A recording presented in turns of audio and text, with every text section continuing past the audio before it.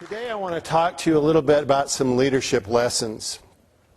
A few years ago when I came home very late from one of my trips, all the lights were off in the house, and as I came into the house my wife was asleep in bed, and I quietly went and got ready for bed, and as I went back and laid down in the bed, when my head hit the pillow there was a little bit of a crinkle. I looked around and there was a note on the pillow. You know, I'd been gone all week, and I thought, a love note from my wife. I mean, probably, talking about how much she missed me. And I took the note, I went into the bathroom, and as I turned the note over, in fairly large print, it said, "Things you can do to not get divorced." This is not a love note, all right? So as I opened the note, there's a list of things that I could do. And it's a fairly long list, and at the top of the list, it said, "Clean your office." Well, I went to bed that night, I woke up early in the morning, and I headed to my office. I cleaned till 2 o'clock in the afternoon, and it was spotless. Anyone would be proud of the office that I had. At that point, I got out the list again.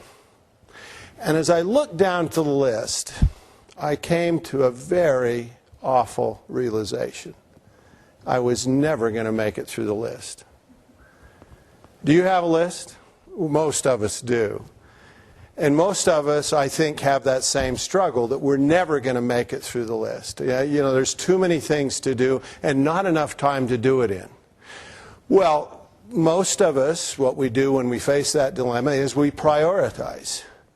And I thought I'd done a very good job of that. After all, I worked on the number one item. Clean your office. So through the years, cleaning the office has usually been a top priority issue for my wife. But as I've observed that particular issue, I've come to a conclusion.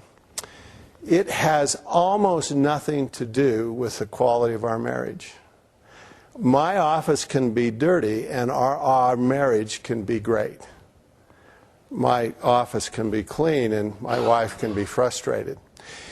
Even though it feels like it's number one, there's some other things that are clearly more important.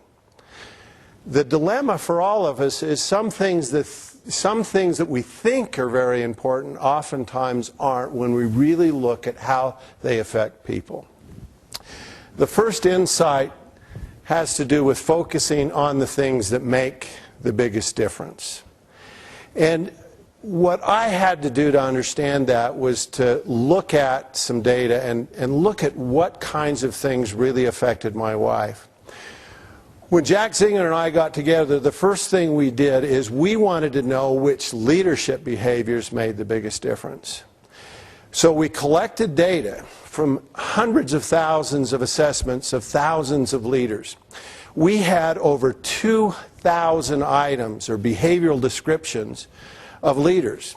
And as we looked at all those items, we did statistical analysis to say what do the best leaders do and what do the worst leaders do. And what we found is that some of those items separated a lot, they differentiated a lot, and they really gave us some clues into which leadership behaviors mattered the most.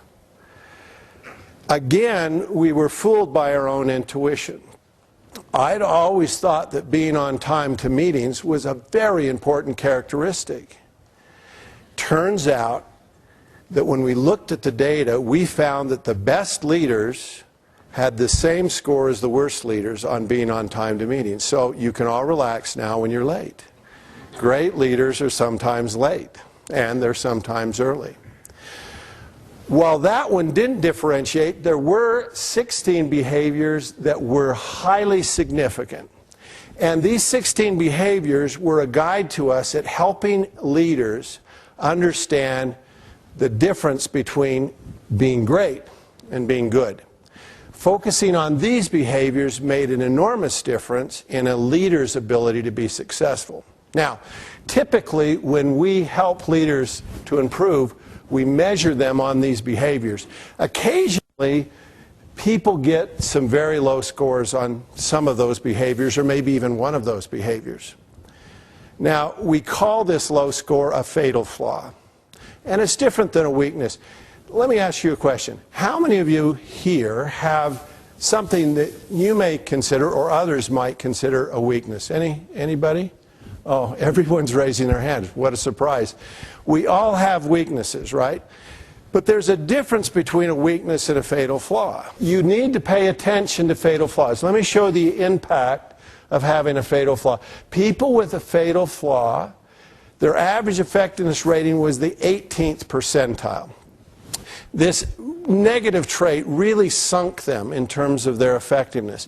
And the advice we give to leaders if they have a fatal flaw is you need to fix it. You don't need to turn it into a profound strength, but you need to take it out of that danger zone.